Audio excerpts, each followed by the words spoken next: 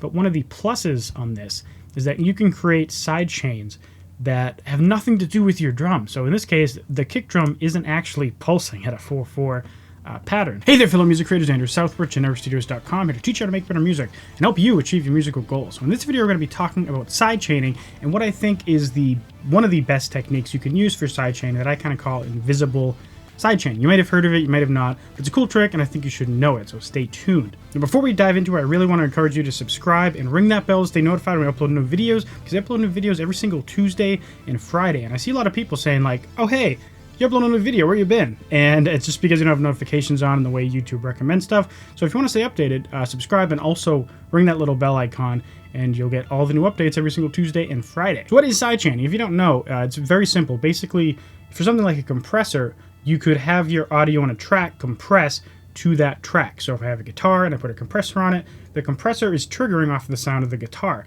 Now, if I have a sidechain on that compressor, what that means is that basically the thing that's triggering the compressor is another track. So I could have a drum, and every time that drum hits, it's triggering the compressor on the guitar track. So instead of having the guitar compress itself, the drums are compressing the guitar. And this applies, at least in Ableton, this applies to several different things like gating and auto filtering, and most of the time it's compression. And also in Logic there's a couple different things, and it's all about whatever program, whatever plugin, whatever functionality they want to delegate to sidechaining. So I'm going to show you that here, a good example of this. I'll play you this segment and then I'll turn on the sidechain, and I think you'll know what I mean.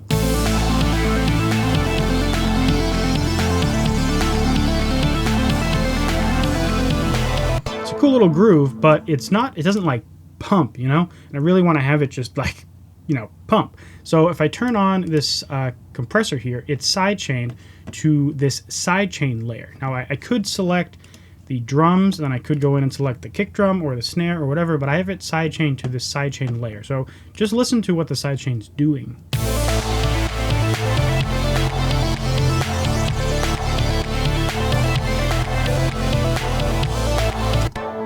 So yeah, as you can tell, it pumps. It's just pumping at an even like quarter or 4 on the floor type pattern. And the kick drum's not doing the same thing. I actually have another compressor that's triggered off of that. So if you pay attention to these two compressors, you'll see this one on the left here is going just dum, dum, dum. And the one on the right is actually following the kick drum.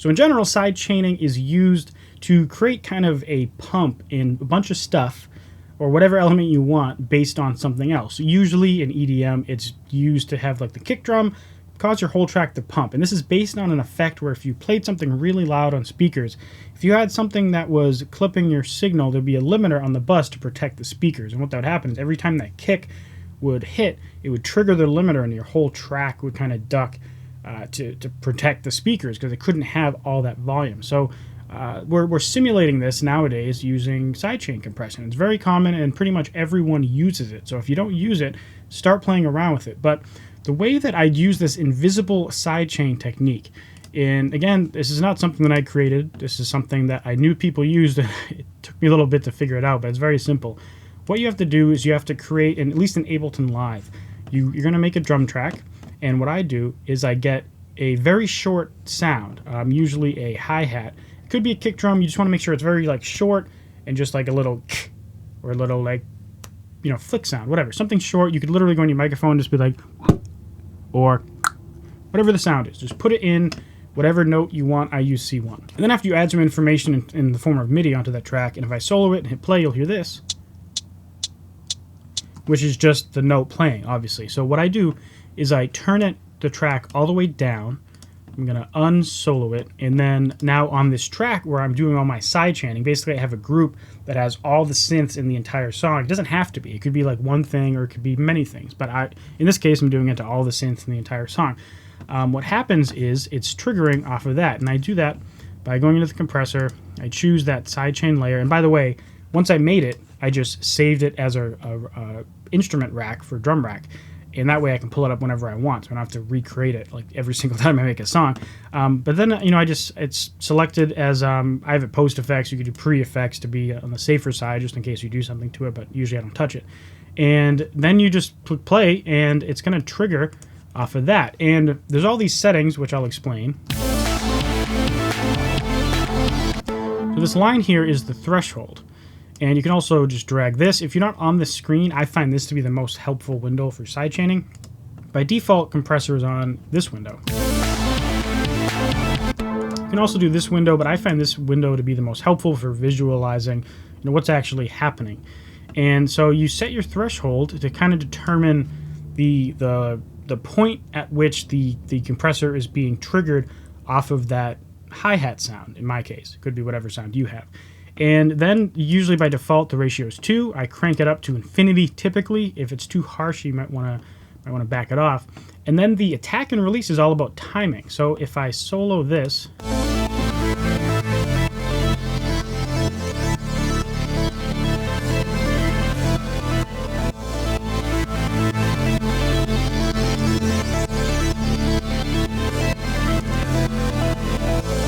so as you noticed, when I turned the release up, basically it took longer for that compressor to get back to its active state or to its uncompressed state, which is what the release on a compressor does. Now the attack determines how fast that when the signal hits, how fast is it going to duck down. And you know, you can fine tune this value to kind of determine, you know, if you want a little sliver of the attack of whatever you're sidechaining to come through, or if you don't want it to come through.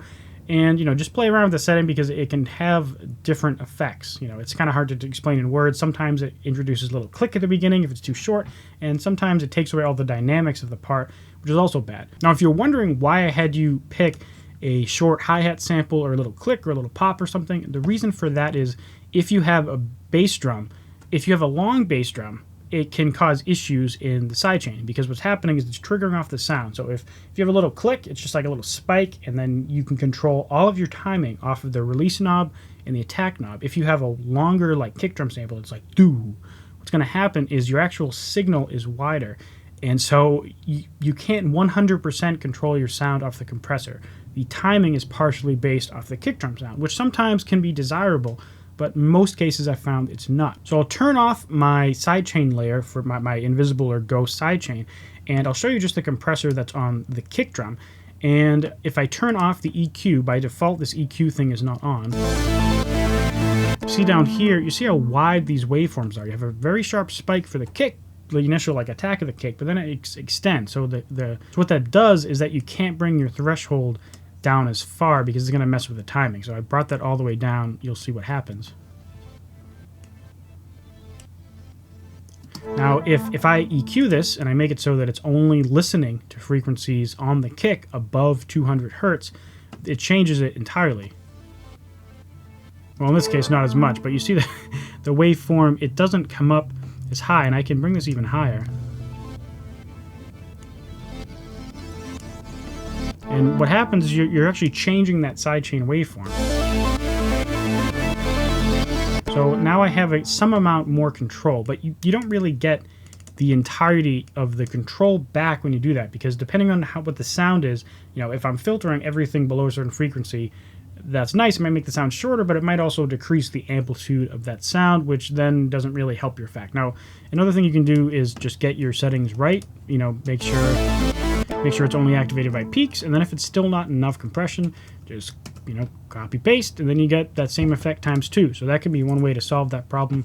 But typically what I do is, again, I make the sidechain layer. It's a very short snap sound, and then it gives you 100% control over your sidechain in the actual sidechain, which is very helpful. You know, again, different songs, different cases, might not work the best for your song. One of the downsides of this is that if you just want your sidechain to follow your drums exactly, you have to open up your drums, and then you have to copy that drum, the bass drum thing, and put it in the sidechain thing. So you're always like copying and pasting MIDI, which is kind of a pain. But one of the pluses on this is that you can create sidechains that have nothing to do with your drum. So in this case, the kick drum isn't actually pulsing at a 4/4 pattern. So by using this invisible sidechain, I can simultaneously have an invisible sidechain that's just pulsing on the 4 to create some cool swells, and also have some sidechain action happening with the kick.